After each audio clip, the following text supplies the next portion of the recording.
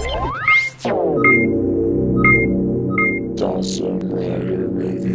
YouTube, Dawson Rider here with a review of S.H.Figuarts Kamen Rider Beast Hyper from Kamen Rider Wizard. So let's go ahead and just dive right in and take a very quick look at the packaging. Pretty neat looking packaging on here. You've got a cool design here around the edge of the where the window where the figure is. I was trying to think of the word window, but it looks pretty cool. You got Beast's logo right here, a picture of the figure there. On the side, really nothing special, just his name and some symbols and stuff. And on the back, it shows you some stuff you can do with him. But you know, pretty neat box.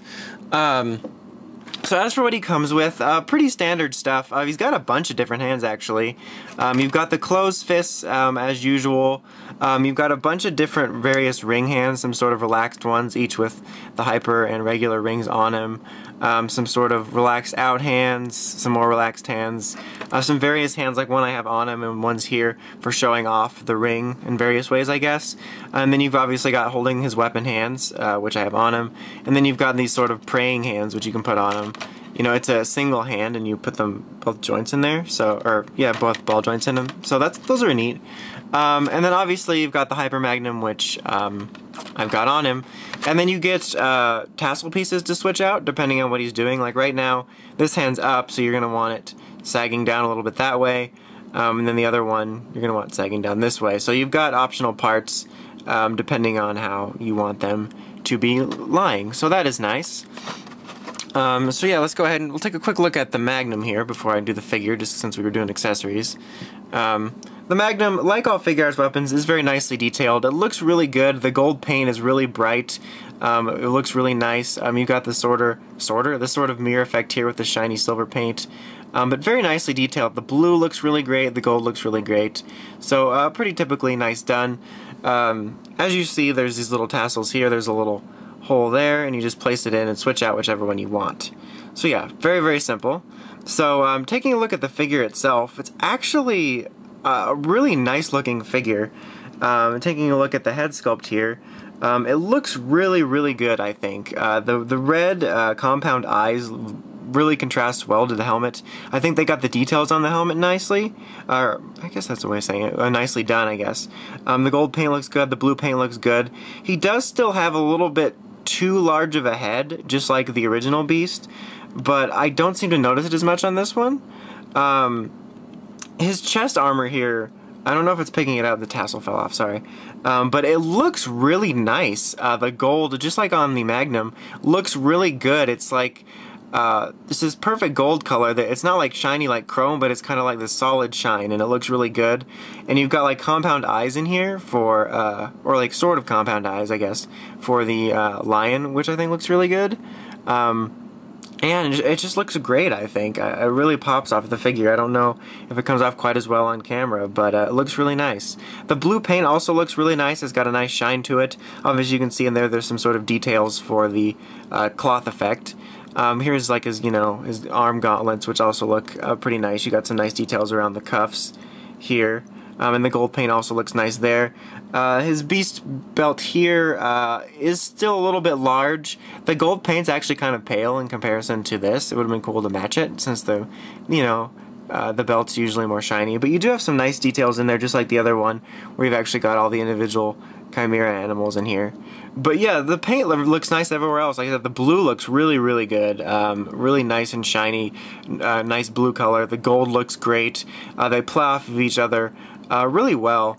As you can see here, also he's got his ring holder with all the individual rings, which they're not individually sculpted, but they are individually painted, which is really nice. So you can tell which ones they are. You know, Griffin, Dolphy, Buffa. You've even got the Chimera ring up here. So very nicely done there. They did a good job. And then as you saw on all the hands, they each have the rings as well. You can tell that one's just a regular Beast ring. It's just gold with a couple eyes on it. And then you've got like the Beast Hyper ring here. And then they have, let me just take it for a second. They have one in particular, I believe it's this one of it with its mouth open. If I can get it out. So yeah, you can see there, you've got the mouth open version on it. Articulation wise, this is the same base mold as Beast, so you've got the 360 ball joint here. The arm blade here folds in some different ways, which actually doesn't look natural, but it doesn't interfere with the articulation, which is nice. 360 ball joint here. Well, it's not a ball joint, but whatever. 360 joint here. Double elbow joint, swiveling at his fist. Nice 360 joint on his legs here, swiveling here. Double knee joint. You've got some nice little ball joint on his ankle here, so you can get some solid range of movement depending on what type of poses you want to do. The toe bending joint as well. He does have articulation at the waist and chest, so there's some clashing at the belt and chest armor. As always, you've got a nice 360 ball joint on his head, so you can get some solid range of movement. So yeah, pretty much what you've come to expect. Same articulation as always. No loose joint problems or anything like that, which is great. But yeah, I actually really dig this figure.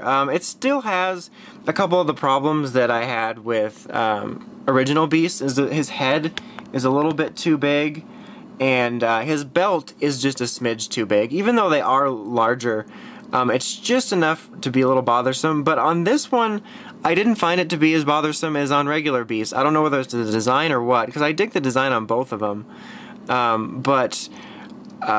Yeah, like I said, the problems are still there a little bit, but I think he's a really nice looking figure, actually.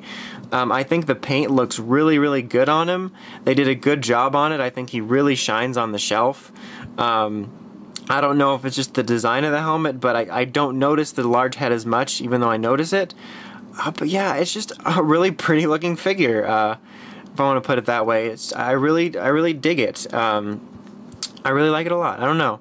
It just kind of took me by surprise, because to repeat myself for like a third time, like I said, some of the problems are still there, but they're not quite as noticeable, and I still think he looks pretty nice. He isn't exclusive, so he's going to cost you a little bit more, but if you're a huge Beast fan, in particular of this design, and you really want an articulated figure of it, I do recommend tracking him down. Because the alternative is a really crappy WAP figure. The Beast Hyper WAP figure was easily the worst of that line. Which in the other case, or in the case of the other ones, they were always a pretty solid substitute. The regular Wizard WAPs were pretty solid figures, and regular Beast came with, Chimera. So, yeah, if you really want him, he is going to be a bit more expensive than if you wanted to track down like regular Beast. But I think he's worth it because he's definitely a lot better than the Beast WAP, Beast Hyper WAP, excuse me. But yeah, I don't know, I really dig this figure. I'm not sure, that's a weird way to put it, but it took me by surprise. I think he looks really nice. So if you really, really want a representation of him, I would just definitely go for this. The WAP is really terrible. But so yeah, that takes care of it pretty much. Until next time, make sure you check out the Crazy Podcast at WritersRangersRambles.com. Until next time, it's Dawson Rider, signing out.